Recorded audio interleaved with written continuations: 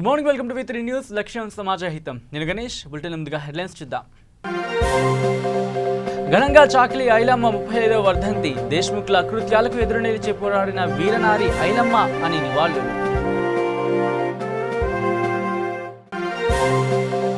మంత్రిగా కేటీఆర్ బాధ్యతలు తీసుకున్న ఒక్క రోజులోనే బల్దియా యంత్రాంగంలో కదలిక. రోడ్లపైకి మేయర్, కమిషనర్ లోకేష్ కుమార్. నగరానికి రానున్న 320 ఎలక్ట్రికల్ బస్సులు. నష్టాలను పూర్తి చేయడమే తమ లక్ష్యమన్న గ్రేటర్ హైదరాబాద్ ఎగ్జిక్యూటివ్ డైరెక్టర్ వెంకటేశ్వరుడు. తెలంగాణ సంస్కృతి సంప్రదాయాలకు దర్పణం పీర్ల పండుగ. వాడవాడలా ఘనంగా మొహరం వేడుకలు. ఇక డీటెయిల్స్లోకి వస్తే ఆదిలాబాద్ జిల్లా కేంద్రంలోని స్థానిక రిమ్స్ వద్ద తెలంగాణ విప్లవ నాయకురాలు చాకలి ఐలమ్మ 35వ వర్ధంతి కార్యక్రమం నిర్వహించడం జరిగింది. ఈ కార్యక్రమానికి జెడ్పీ వైస్ చైర్మన్ అరే రాజన్న, మార్కెట్ కమిటీ చైర్మన్ మెట్టు ప్రహ్లాద్ మరియు మాజీ మున్సిపల్ కమిషనర్ శ్రీమతి రంగినేని మనీషా మరియు రజక సంఘం అధ్యక్షుడు చిక్కాల దత్తు, గౌరవ అధ్యక్షుడు ఎన్ నర్సయ్య, సలహాదారుడు అశోక్, బాలయ్య, గంగాధర్, శ్యామ్ తదితరులు పాల్గొన్నారు. ఈ సందర్భంగా పలువురు నిజాం పాలనలో దేశ్ముఖ్ల అకృత్యాలకు ఎదురు నిలిచి పోరాడిన వీరనారి ఐలమ్మ అని ఆమె సేవలను గుర్తు చేసుకున్నారు. ఎందుకంటే మా సంఘాన్ని తీర్చిదిద్దిందంటే ఒక సూచోడు వల్ల దానికి అందం వచ్చింది కాబట్టి ఆమెకు మేము కృతజ్ఞత తెలుపుకుంటున్నాం. మరి అదేవిధంగా మరి ఇలా మా ఎంపీ వైస్ చైర్మన్ గారు కాబట్టి మేము ఏం అడిగినా మేము అడుగుకొని తీసుకోగలుగుతాం. ఎందుకంటే మా సంఘానికి ఒక 5 లక్షలు ఒక సీసీ రోడ్డు లోపల ఇంకా మిగిలిపోయింది కాబట్టి దాన్ని జడిపి నుంచి ఒక 5 లక్షలు ఇస్తే చాలా బాగుంటుంది. మరి ఇవల్ల మా రజక సంఘానికి మంచి పేరు రావడానికి కారణం మేడం గారు. మరి ఇవల్ల ఆ పేరు కూడా మాకు తెచ్చి పెడితే చాలా బాగుంటుంది అన్నగారు. మరి ఇవల్ల ఎందుకంటే అది లోపల మోరంతో ఇదవుతుంది కాబట్టి దాన్ని దయచేసి ఒక 5 లక్షలు మీరు ఇస్తే బాగుంటుంది. మరి ఎందుకంటే మాత్రం మీ జడ్పీ నుంచి ఇస్తే బాగుంటుందని కోరుకుంటూ మరి ఈ అవకాశం ఇచ్చిన అందరికీ పేరు ధన్యవాదాలు తెలుపుకుంటున్నాం. మరి అదేవిధంగా మరి ఆమె 1895లో జన్మించింది. తర్వాత 1985 సంవత్సరము 10 సెప్టెంబర్ నాడు స్వతంత్రించింది. ఇది 35వ వర్ధంతి. ఆమె రజాకార్ పీరియడ్లో తెలంగాణ మొట్టమొదటి సాయుధ పోరాటాలు ఐలమ్మనే. ఆమె 46-47లో 45లో పోరాటం చేసింది. అప్పుడు అక్కడ జమీందారులు గరీబ్ వాళ్ళని బాగా కష్టపెట్టేవారు. అయితే ఆమె యొక్క వ్యవసాయ భూమిని దిగుగా తయారు చేస్తే అక్కడ గురువులో చేసుకుంటాడు. ఆయన 40,000 ఎకరాల భూమి ఉంటుంది. అయినా ఐలమ్మ యొక్క భూమి ప్రయత్నం చేస్తే ఆమె మరబడుతుంది. అప్పుడు ఆమె భర్తని కొడుకును కూడా చంపిస్తాడు, జైల్లో వేస్తాడు. ఆమెను కూడా జైల్లో వేస్తే ఆమె ధైర్యంగా బెయిల్ మీద బయటకు వచ్చి ఉండేవాడిని భూమి అని చెప్పి నినాదం చేస్తూ ప్రజల కోసం కష్టపడుతుంది. ఆమె తర్వాత 1895 మరణిస్తుంది. ఆమె యొక్క విగ్రహాన్ని ట్యాంక్ బండ్ మీద పెట్టాలని చెప్పి ఎన్నోసార్లు ముఖ్యమంత్రి గారికి మంత్రులందరూ చెప్పినాము. అందరూ ఆమెను చెప్తున్నారు కానీ ఎవరు కూడా చూడలేరు. దయచేసి ఇప్పటికైనా చంద్రశేఖర్ రావు ఆలోచించి తన మాట విలువ కాపాడుకోవడానికి ఆయన ఇచ్చిన వాగ్దానాన్ని ఆ ట్యాంక్ బండ్ మీద ఆమె యొక్క విగ్రహాన్ని పెట్టాలి. ఎందుకంటే మేము కోరేది ఆమెకు డబ్బు ఇవ్వడం లేము, తర్వాత నాకు ఇల్లు ఇవ్వడం లేము. ఒక ట్యాంక్ బండ్ మీద పెట్టాలి. ఫస్ట్ ఆమె తెలంగాణ పోరాట వీరురాలు దాకా ఐలమ్మని చెప్పడం గవర్నమెంటే నిర్ణయించాలి. గవర్నమెంటే దాన్ని గవర్నమెంట్ పరంగా వర్ధంతి జయంతి గవర్నమెంటే చేయాలి. ఐలమ్మ యొక్క వర్ధంతి జయంతిని కూడా ప్రభుత్వమే కోరుతుంది. మళ్ళీ ఇంకోటి హరీష్ రావు ఇక్కడికి వచ్చినప్పుడు తప్పకుండా ట్యాంక్ బండ్ మీద పెట్టిస్తా అన్నాడు. ఇంతవరకు కూడా మాట ఇచ్చిన మాట నిలబడలేదు. తప్పకుండా పెట్టిస్తానని ఆశిస్తున్నాను. ఈ ఆదిలాబాద్ జిల్లా ఇచ్చోడ మండలం అంబేద్కర్ చౌరస్తాలో తుడుండెబ్బ రాష్ట్ర అధ్యక్షుడు ఎంపీ సోయం బపూర్రావు గృహ నిర్బంధనకు నిరసనగా బోధ్ నియోజకవర్గం ఇచ్చోడలో తుడుండెబ్బ రాష్ట్ర కార్యదర్శి కొడప నగేష్ ఆధ్వర్యంలో రాస్తారోకో చేపట్టారు. అదేవిధంగా ఈ సందర్భంగా ఆయన మాట్లాడుతూ లంబాడాలను ఎస్టీ జాబితా నుంచి తొలగించాలని, లేని పక్షంలో ఆదివాసులమంతా ఏకమై ఉద్యమం చేపడతామని అన్నారు.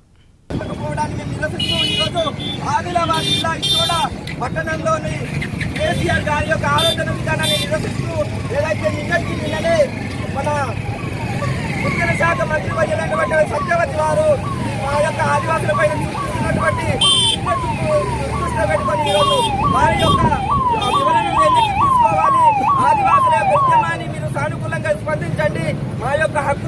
రాజ్యాంగ ప్రకారం మేము అడుగుతున్నాం కాబట్టి ఏదైతే మేము చట్టబద్ధత లేని లంబాడి జస్టిస్ కారు అని చెప్పేసి మేము సుప్రీంకోర్టు గడపలు తప్పినాం. అతి త్వరలో సుప్రీంకోర్టు లంబాడీస్ పైన స్పష్టమైన వైఖరి ఇచ్చేంత వరకు మా యొక్క ఉద్యమాన్ని నిరంతరంగా మేము కొనసాగిస్తున్నాం.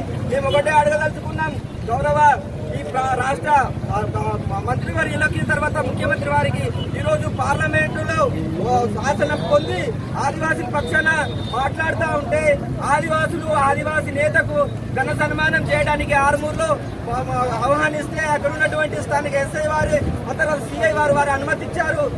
ఇక ప్రముఖ పుణ్యక్షేత్రమైన విశాఖ శ్రీ వరాహలక్ష్మి నరసింహస్వామి వారిని హైకోర్టు న్యాయమూర్తి జస్టిస్ చీకటి మానవేంద్రనాథ్ రాయ్ మెట్ల మార్గం ద్వారా కాలినడకన సింహగిరి చేరుకుని దర్శించుకున్నారు. ముందుగా మెట్ల మార్గం వద్దనున్న తొలి పావచ వద్ద స్వామివారికి కొబ్బరికాయ కొట్టి మెట్ల మార్గంలో ఉన్న ఆంజనేయ స్వామికి ప్రత్యేక పూజలు నిర్వహించారు. అనంతరం ఆలయ అధికారులు పూర్ణకుంభ స్వాగతం పలికారు. కప్ప స్తంభాన్ని ఆలింగనం చేసుకున్నారు. బేడా మండపం ప్రదక్షిణ అనంతరం వేద మంత్రాల నడుమ ఆలయ కార్యనిర్వహణాధికారి ఎం వెంకటేశ్వరరావు సాంప్రదాయ ప్రకారం స్వామివారి చిత్రపటం మరియు ప్రసాదాన్ని అందజేశారు.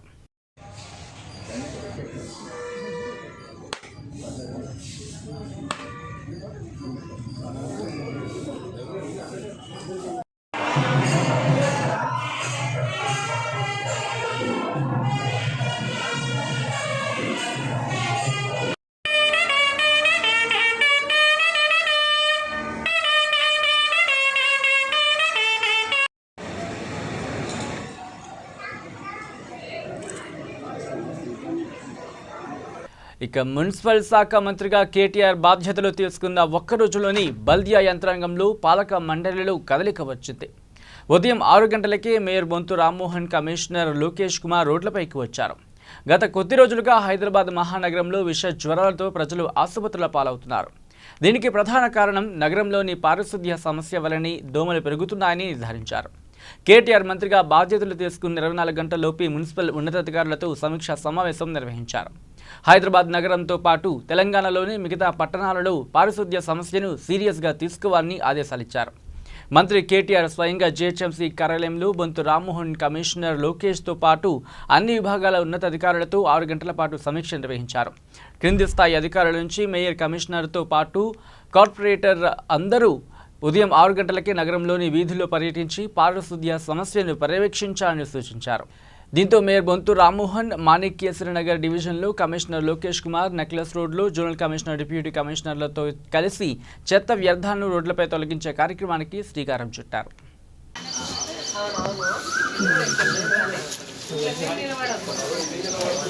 పంపు ముందుకెళ్ళకు.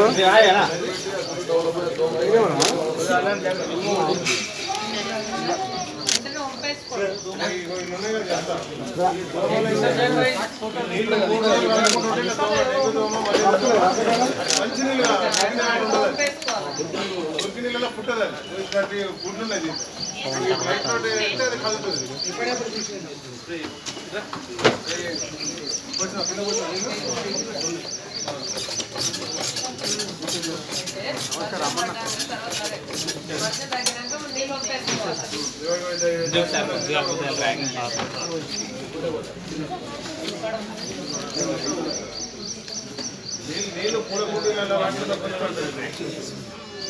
కొబ్బరి చింపలు పెడుతున్నారు. కొబ్బరి చింపలాలు ఉంటాయి. నీళ్ళు 3వ రోజుకు దోమ పుట్టదు. నీళ్ళు ఆగి కదలకుండా అనుకో 3వ రోజుకి అలా గుడ్డు పెట్టి దోమ పుట్టేది.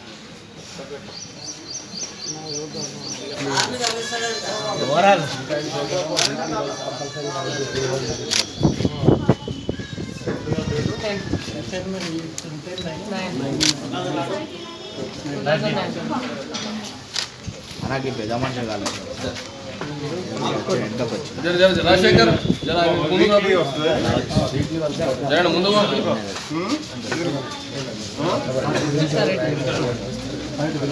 బాబు మళ్ళీ అరే బాబు, అరే నాన్న ఎటు పోయింది మీ ఎస్ఎఫ్ఏ?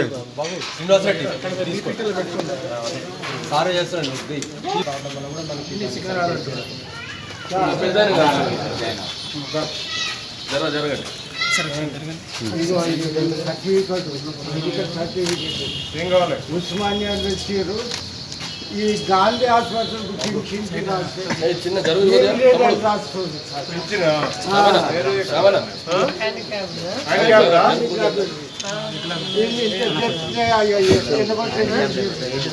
ఇక జనగామ జిల్లా లింగాల గణపురం కొత్తపల్లి గ్రామంలో పీర్ల పండుగ మొహరం ఘనంగా జరుపుకున్నారు. ముస్లిం సోదరులు గ్రామ ప్రజలు కులమతాలకు అతీతంగా కలిసి ఈ పండుగను సంబరంగా జరుపుకున్నారు. ఈ కార్యక్రమంలో మహమ్మద్ ఇమాం ఉద్దీన్, అబ్బాస్ అలీ, రంజాన్, జహంగీర్, ఇస్మాయిల్, సత్తార్ మియా పాల్గొన్నారు.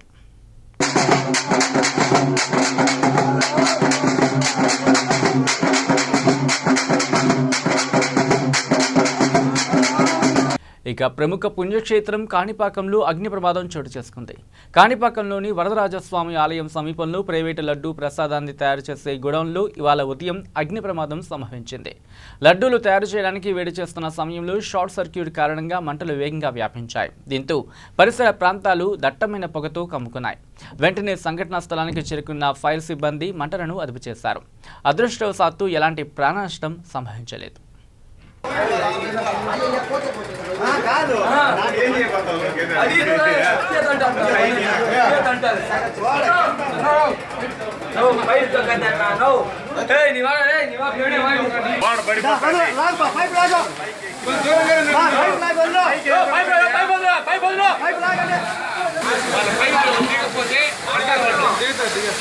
బాబు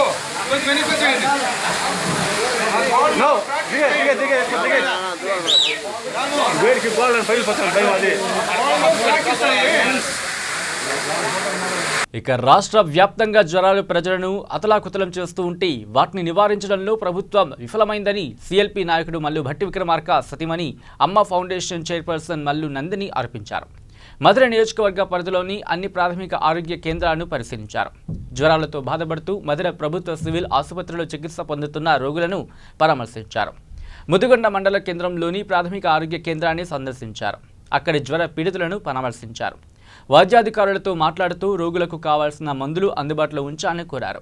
కనీసం జ్వరాలు తగ్గే వరకైనా PHSలో సిబ్బందిని పెంచి 24 గంటలు తెరిచి ఉంచాలని డిమాండ్ చేశారు.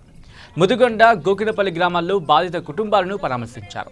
ఈ సందర్భంగా ఆమె మాట్లాడుతూ ముదిగొండ PHCలో కనీస సిబ్బంది లేకపోవడం చాలా శోచనీయమని అన్నారు.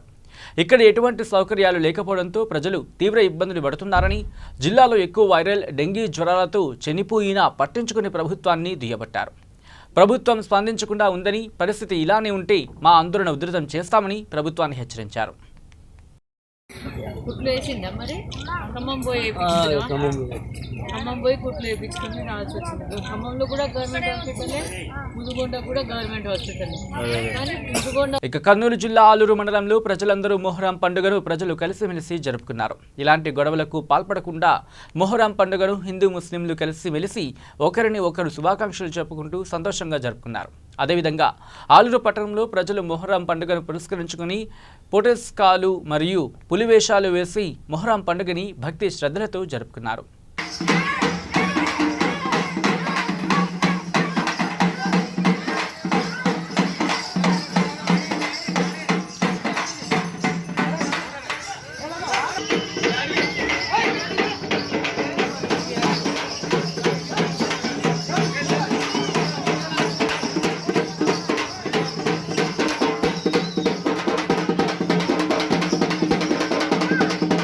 ఇక ఆరోగ్యవంతమైన తెలంగాణ నిర్మించడమే తెలంగాణ ప్రభుత్వ లక్ష్యమని, తెలంగాణ సమాజానికి ఆరోగ్యపరంగా అవసరమైన అన్ని వసతులు కల్పించడానికి ప్రభుత్వం సిద్ధంగా ఉందని, ప్రజారోగ్య విషయంలో ఎప్పటికప్పుడు యుద్ధ ప్రాతిపదికన సేవలు అందించడానికి ప్రభుత్వం కృషి చేస్తుందని రాష్ట్ర వ్యవసాయ శాఖ మంత్రి నిరంజన్ రెడ్డి అన్నారు. వనపర్తి జిల్లా ప్రభుత్వ ఆసుపత్రిలో చిన్నారులకు రోటా వైరస్ వ్యాక్సిన్ను పంపిణీ చేశారు. ఈ సందర్భంగా మంత్రి మాట్లాడుతూ ఈ వ్యాక్సిన్ వేయడం వల్ల చిన్నారులకు ఎలాంటి ఆరోగ్య సమస్యలు రావని, ముఖ్యంగా డయేరియాను నివారిస్తుందని, ప్రతి ఒక్క తల్లిదండ్రులు 0 నుంచి 1 సంవత్సరం చిన్నారులకు తప్పకుండా ఈ వ్యాక్సిన్ వేయించి చిన్నారులను అనారోగ్యం బారి నుంచి సంరక్షించుకోవాలని ఆయన కోరారు. ఈ కార్యక్రమంలో జిల్లా కలెక్టర్ శ్వేత మహంతి, జెడ్పీ చైర్మన్ లోక్నాథ్ రెడ్డి తదితరులు పాల్గొన్నారు.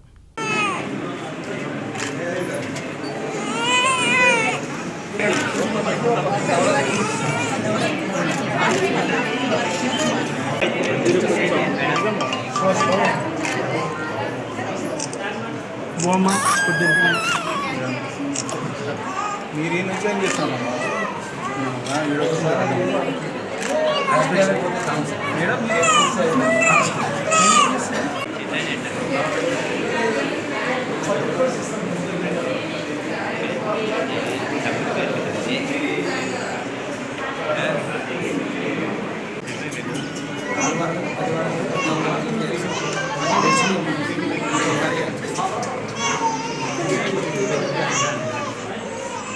ఇక తెలంగాణ సంస్కృతి సంప్రదాయాలకు దర్పణం పీర్ల పండుగ.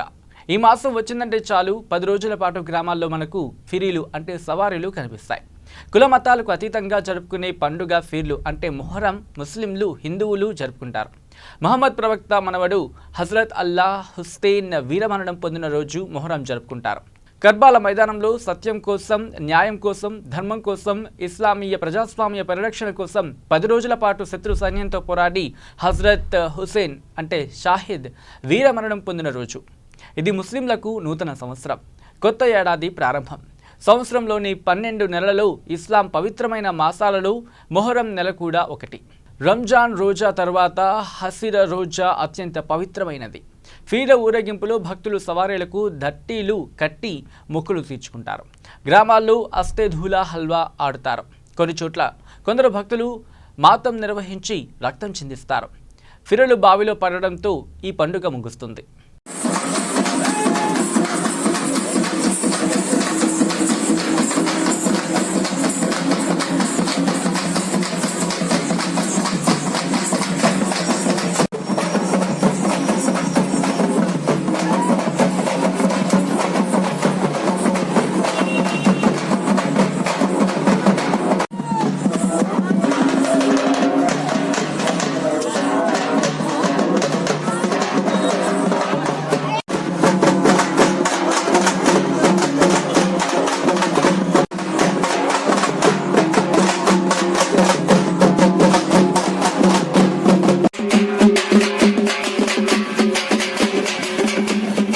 ములుగు జిల్లా వెంకటాపూర్ మండలంలోని బీసీ కాలనీలో జిల్లా కలెక్టర్ నారాయణ రెడ్డి పర్యటించారు. ఈ సందర్భంగా గ్రామంలో రోడ్ల సమస్యలు, తాగునీటి సమస్య, విద్యుత్ సమస్య, కాలనీలో ఉండే సమస్యల గురించి ప్రజలు వివరించారు. ఈ సందర్భంగా కలెక్టర్ మాట్లాడుతూ గ్రామంలో ఉన్న ప్రతి సమస్యను పరిష్కరిస్తామని ఆయన తెలిపారు.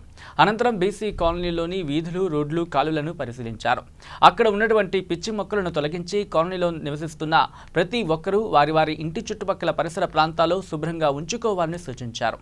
ఈ కార్యక్రమంలో sarpanch Ashok, DPO Ravi, MPDO Sridhar, ZPTC గై రుద్రమదేవి, అశోక్, ఎంపీపీ బుర్ర రచిత, సమయ్య, ఉప సర్పంచ్ జంగిలి సంపత్, ఎంపీటీసీలు జంగిలి శ్రీలత రవి, పోషాల అనిత, వీరమల్లు, సీఏలు, విద్యుత్ శాఖ సిబ్బంది, అలాగే ఆశా వర్కర్లు, గ్రామస్తులు పాల్గొన్నారు.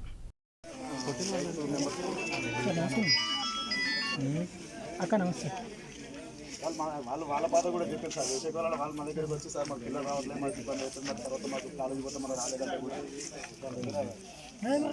పిలిపించి మాట్లాడారు. పేరెంట్స్ పిలిపి మాట్లాడినా కూడా వాటి ద్వారా వేసవికాలంలో పండ్ల సిస్టమ్ ద్వారా అదే కాకుండా వాళ్ళకి సొంతంగా కూడా మన విలేజ్లో 3 days తిరిగి సమస్యలు ఏమి ఉన్నాయని పైప్ లైన్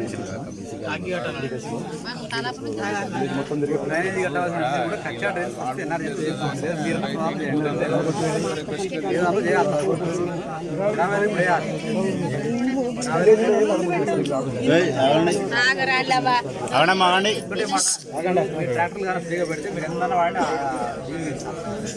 ఇక సికింద్రాబాద్ రెజిమెంటల్ బజారులో పోలీసులు తనిఖీలు నిర్వహించారు. ఓ లాడ్జిలో ₹1 కోటి విలువైన వెండి స్వాధీనం చేసుకున్నారు పోలీసులు.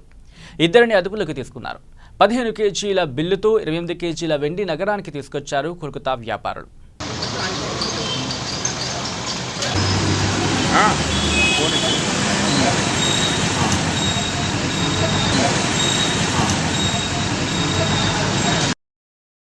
ఇక గ్రేటర్ హైదరాబాద్ పరిధి జోన్లో ఉన్న టీఎస్ఆర్టీసీ బస్సులలో ప్రయాణించే ప్రయాణికుల నుంచి ఫిర్యాదులు తగ్గించే విధంగా, అలాగే ఫిర్యాదుల మీద వచ్చే సమస్యలు త్వరితగతిన తీర్చే విధంగా, అలాగే రానున్న సంవత్సరంలో 300 ఎలక్ట్రికల్ బస్సులు తెచ్చే విధంగా, నష్టాలను కొంతవరకు పూర్తి చేసే విధంగా చేయడమే తమ లక్ష్యమని గ్రేటర్ హైదరాబాద్ ఎగ్జిక్యూటివ్ డైరెక్టర్ వి వెంకటేశ్వర్లు అన్నారు. ఈ సందర్భంగా ఆయన మాట్లాడుతూ ఆర్టీసీ బస్సుల నుంచి డ్రైవర్, కండక్టర్ నుండి ప్రయాణికులు ఎటువంటి ఇబ్బందులు పడకుండా ఉండే విధంగా అందుకు కృషి చేస్తున్నట్లు ఆయన తెలిపారు. ఎటువంటి సమస్యలు ప్రయాణికులకు ఎదురైనా సమాచారం ఇచ్చే అందుకు బస్సు బయట లోపల DMDE ఫోన్ నెంబర్స్ ఉండే విధంగా డిస్ప్లే చేస్తున్నట్లు తెలిపారు. అలాగే డిపో నుంచి బయలుదేరిన బస్సు డిపోకు వచ్చే వరకు బ్రేక్ డౌన్ కాకుండా చూసుకునేలా ప్రయత్నిస్తున్నట్లు తెలిపారు. ఇప్పటికే గ్రేటర్ RTC కిలోమీటర్కు 16 రూపాయల నష్టం చవిచూస్తున్నట్లు తెలిపారు. దానిని మొత్తానికి కాకుండా కొంతలో కొంత నష్టాన్ని పూరిస్తామని అన్నారు. వచ్చే కొద్ది నెలల్లో సుమారు 320 ఎలక్ట్రికల్ బస్సులు తెస్తున్నట్లు, అందుకుగాను 12 డిపోలలో ఛార్జింగ్ పాయింట్స్ను ఏర్పాటు చేస్తున్నట్లు DE వెంకటేశ్వర్లు తెలిపారు. 300 బస్సులను ఎలక్ట్రికల్ బస్సులు తీసుకొస్తున్నాము. ఆ బస్సులు కూడా మేము ఎక్స్ట్రా కాదు, ఉన్న బస్సులను తీసేసి ఎలానైతే మామూలుగా దానికి లైఫ్ అయిపోయి 15 సంవత్సరాల కంటే మనం ఎక్కువ తిప్పొద్దు ఇక్కడ ఈ సిటీలో. సో ఆ బస్సుల ప్లేస్లో ఈ 300 ఎలక్ట్రికల్ బస్సులు పెడతాము. అవి కూడా నాన్ AC కాబట్టి సేమ్ మెట్రో ఛార్జెస్ ఉంటాయి. అవి మనకు దాదాపుగా మన మార్చి తర్వాత నుండి మనకు ఒక్కొక్క బస్సులు కంటిన్యూ వస్తూ ఉంటాయి.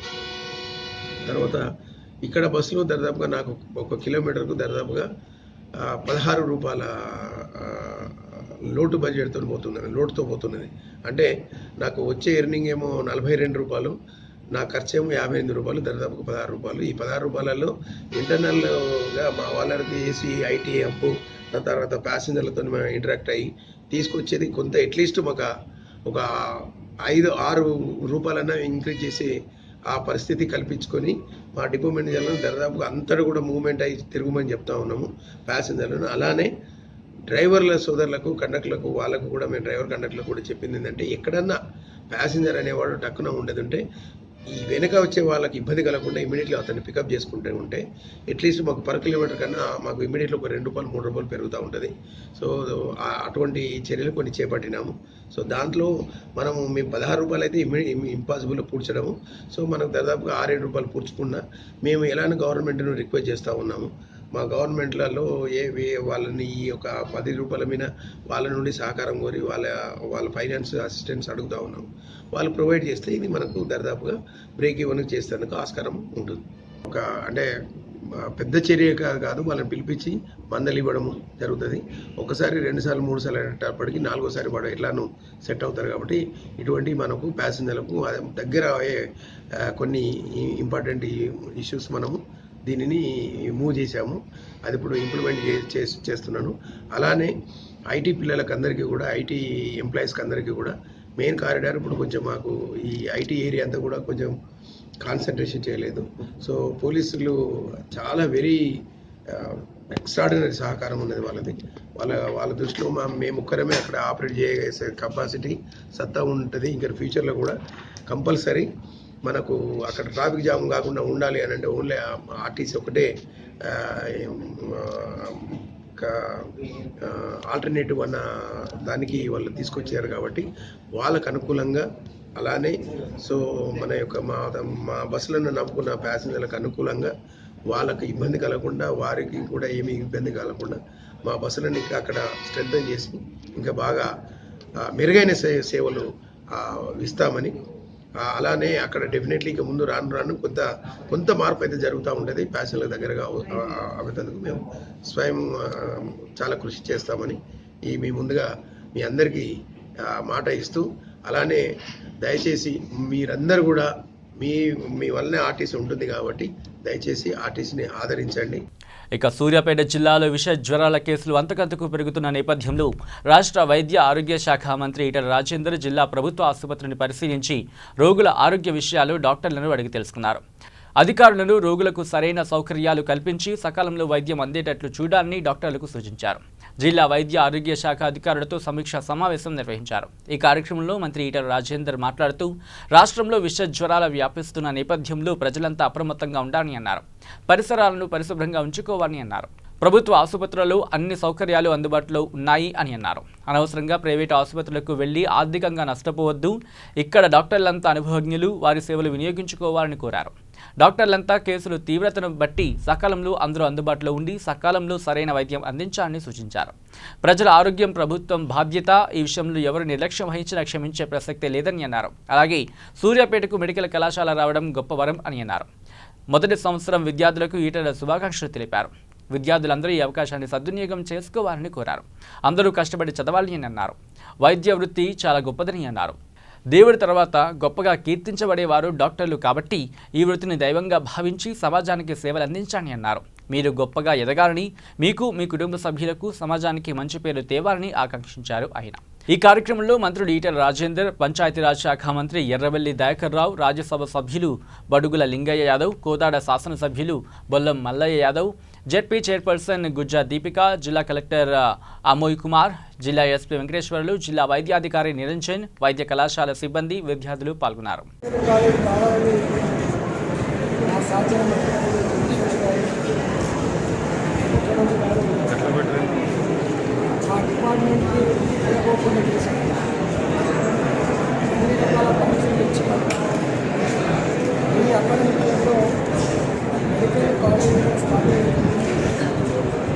క్లాసులు కూడా వారి చేతుల మీదుగా ప్రారంభించబడింది. రాష్ట్ర వ్యాప్తంగా వచ్చే జ్వరాలు ప్రబలిన సందర్భంలో వెంటనే మున్సిపల్ అడ్మినిస్ట్రేషన్ మినిస్టర్ గారు నేను రాష్ట్ర వ్యాప్తంగా అన్ని మున్సిపాలిటీ కూడా ఆదేశించబడింది. రెవెన్యూ మెజర్స్ కోసం హోంగార్డ్ నివారణ పట్టణాలు క్లీన్గా ఉండాలని దానికోసం ఏ రకాల చర్యలు చేపట్టాలో అవన్నీ కూడా ఆలోచించబడింది. అదేవిధంగా పంచాయతీ శాఖ మంత్రి గారితో కూడా నిన్న కోఆర్డినేట్ చేసుకొని ఇప్పటికే గౌరవ ముఖ్యమంత్రి గారు 30,000 కార్యక్రమాలు ఇచ్చి ఉన్నారు కాబట్టి గ్రామాలలో మురికి రూపాలుగా ఉన్నటువంటి అవన్నీ కూడా క్లీన్ చేయడం, మురికి కాలువలను శుభ్రం చేసుకోవడం, తాగే నీళ్లను ఒత్తిడి కాకుండా చూసుకోవడం, దోమ నివారణకు చర్య చేపట్టడం అనేక కార్యక్రమాలు నిన్న సమీక్షించడం జరిగింది. ఇవాళ గ్రామీణ ప్రాంతాల్లో, పట్టణ ప్రాంతాల్లో ఇక్కడికక్కడ ప్రివెంటివ్ మెజర్స్ చేపడుతూనే ఎవరైతే విషజ్వరాల బారిన పడి హాస్పిటల్లో చికిత్స పొందుతున్నారో వాళ్ళందరూ కూడా మెరుగైన సేవలు అందించాలని చెప్పి మా హెల్త్ డిపార్ట్మెంట్ ప్రతి క్షణం కూడా కొత్త రీతితో పనిచేస్తారని మా డాక్టర్లు కానీ మా ఇతర సిబ్బంది కానీ ఈ నెల 2 నెలల పాటు సెలవులు పెట్టకుండా హాస్పిటల్లో పేషెంట్స్కి మెరుగైన సేవలు అందించాలని చెప్పి ఆదేశాలు జరిగింది. ఇక బులెటిన్ ముగించే ముందు హెడ్లైన్స్ మరోసారి చూద్దాం. ఘనంగా చాకలి ఐలమ్మ 35వ వర్ధంతి. దేశ్ముఖ్ల కృత్యాలకు ఎదురు నిలిచి పోరాడిన వీరనారి ఐలమ్మ అని నివాళులు.